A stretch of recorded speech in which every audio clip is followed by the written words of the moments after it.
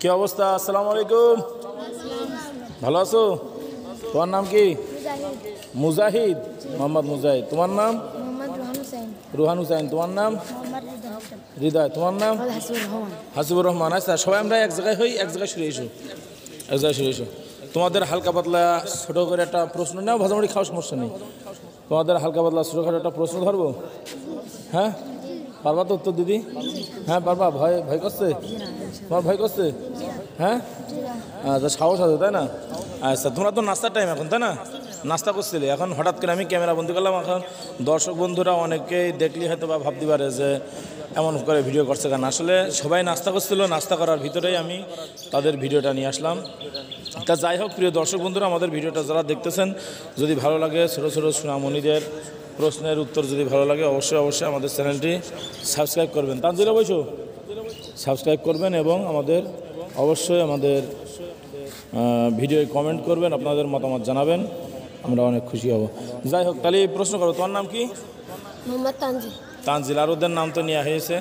আচ্ছা, তোমরা কি 12 বাজার গোহাটা মাসে পড়ো? আচ্ছা, তাহলে প্রশ্ন ধরবো? হ্যাঁ, ধরবো তো?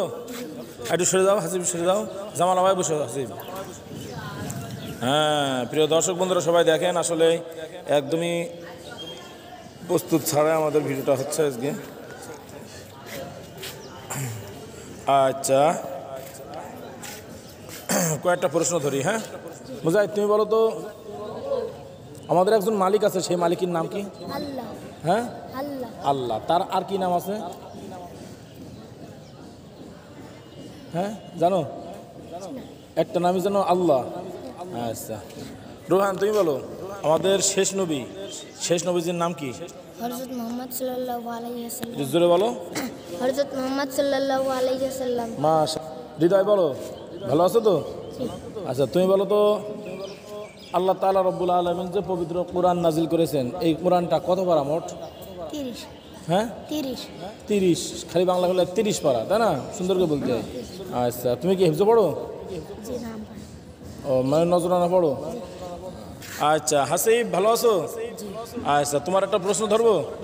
তুমি বলো তো, কোন ব্যক্তি একটা আমল আছে আর কোন সময়, অর্থাৎ আমি বলে দিই সময়, হ্যাঁ, ঈশার পরে একটা আমল আছে, ওই আমলটা করলে কবরে তার কোনো আযাব হবে না। সেই আমলটা কি ও কোন সময় করতে হবে সেটা একটু বলো তো ভালো করে। ঈশান নামাজ পড়ে হলো মূল সূরা পড়লে কবরে আযাব মাফ হয়ে যাবে। সূরাতুল মুলক, এটা যদি কেউ তেলাওয়াত করে তাহলে তার কবরের আযাব হবে না, মাফ হয়ে যাবে, তাই তো? আচ্ছা, খুব সুন্দর লাগলো, ভালো লাগলো। তানজিল ভালো আছো? আচ্ছা, তোমাকে একটা প্রশ্ন ধরবো। আচ্ছা, তুমি বলো তো, কিয়ামতের দিন সিংহায় ফুঁক দিবেন কিনা? যখন কিয়ামত শুরু হবে, সিংহায় ফুঁক দিবে কি? ইসরাফিল আলাইহিস সালাম। শুধু ইসরাফিল? হযরত ইসরাফিল আলাইহিস সালাতু ওয়াসসালাম। তাহলে তোমরা ছোট মানুষ হিসেবে যতটুকু প্রশ্নের উত্তর দিয়েছো, মাশাআল্লাহ, খুবই সন্তুষ্টজনক। এই যে তোমাদের দেখার জন্য দর্শকরাও রয়েছে। আচ্ছা ফাইন, তুমি ভালো আছো? আরে বাবা, ঘড়িও তো পড়েছো, বিশাল সুন্দর এক ঘড়ি পড়েছো, কিন্তু ঘড়ি পড়াটা ঠিক না, ঠিক আছে? যাই হোক, তা কেমন আছো তুমি? আলহামদুলিল্লাহ, ভালো আছো, তাই না? তুমি বলো তো, কি হাসি! প্রিয় দর্শক বন্ধুরা দেখেন, আসলে বিশাল সুন্দর হাসি। যাই হোক, তুমি কি হাফেজ? হেফজ শেষ করেছো? আসলে এখন শুনানি চলছে। যাক, আর এদিকে জেনারেল কোন ক্লাসে? ক্লাস 9। এদিকে হেফজও শেষ করছো, মানে শোনাচ্ছ, আবার এদিকে ক্লাস 9, তাই তো? যাক, মাশাআল্লাহ, এরকম হলে তো বেশ ভালোই হয়, তাহলে জীবনের বয়সটা নষ্ট হয় না এবং সব দিক থেকে বেশ সুন্দরই হয়।